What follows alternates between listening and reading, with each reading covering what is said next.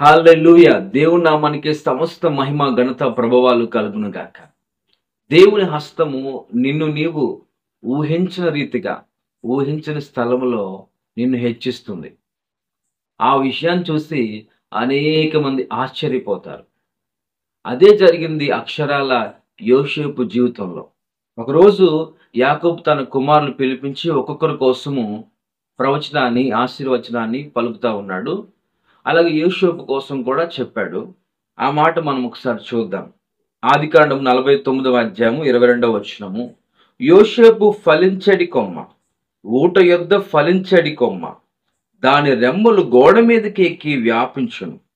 యోసేపు ఫలించడి కొమ్మ, ఊట యొద్ద ఫలించడి కొమ్మ, దాని రెమ్మలు గోడ మీదకి ఎక్కి వ్యాపించును.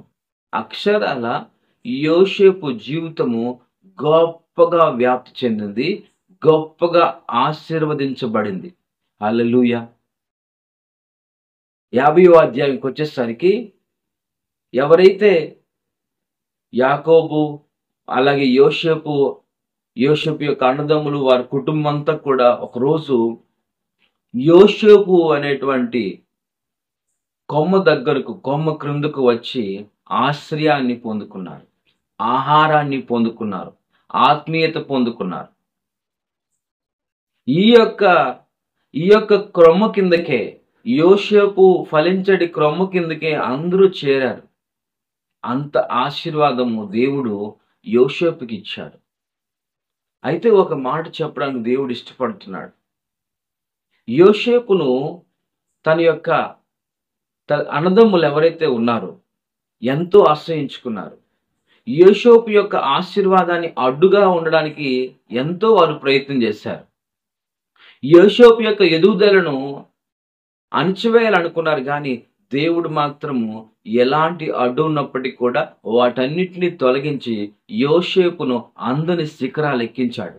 దేవునికి స్తోత్రము కలుగును గాక. మరి నీ జీవితంలో కూడా గొప్పగా హెచ్చించబడాలంటే దేవుని హస్తం నీకు తోడుగా ఉండాలి.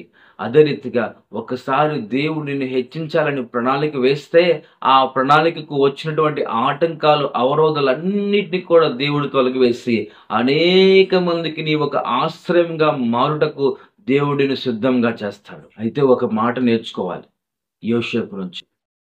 యోసేపు ఎంత ఎత్తుకు ఎదిగినప్పటికీ కూడా గర్వం లేదు.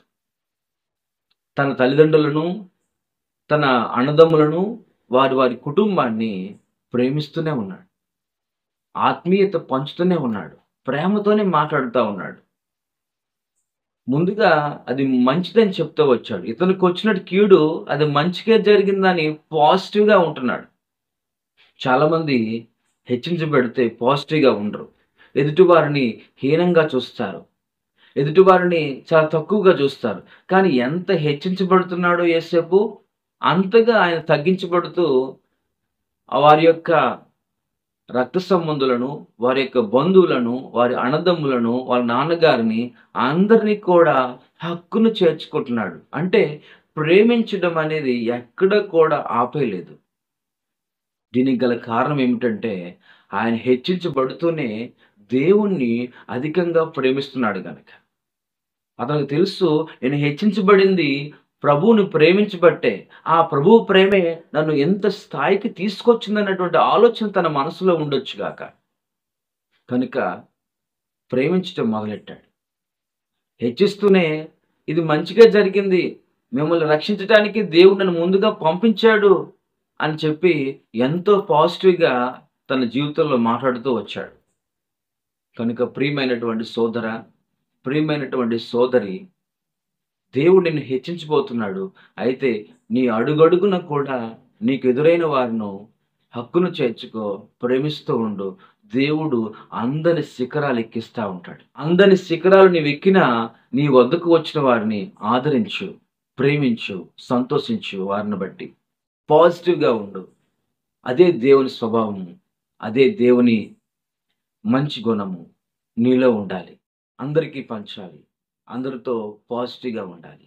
ప్రేమిస్తూ బ్రతికేద్దాం. అయితే ఎందరైతే యోసేపును అసహ్యించుకున్నారో, ఎందరైతే యోసేపును అవమానించారో, ఎందరైతే యోసేపును మోసం చేయాలని ఊహించారో వారందరూ కూడా ఫలించడి కొమ్మగా ఉన్నటువంటి యోసేపు క్రిందకే వచ్చి చేరారు. యోసేపు ఆశ్రయపురంగా మారాడు.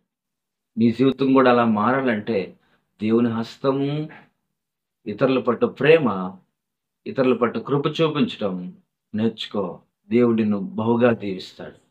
నీ జీవితంలో, నీ కుటుంబంలో నీవు అలా మారుతావని ఆశ నీకుందా? నీ కుటుంబంలో నువ్వు అలా మారుతావని కోరిక నీకుందా? దేవుడు ఖచ్చితంగా మారుస్తాడు, నిన్ను హెచ్చిస్తాడు. అనేక మందికి నీవు ఆశ్రయం ఇచ్చేవానిగా ఉంటావు. దేవుడు నిన్ను దీవించును గాక. Praise the Lord. హల్లెలూయా. ప్రార్థన చేసుకుందాం. జీవాధిపతిని యేసుక్రీస్తు ప్రభువా, ఈ వాక్యాన్ని దీవించండి.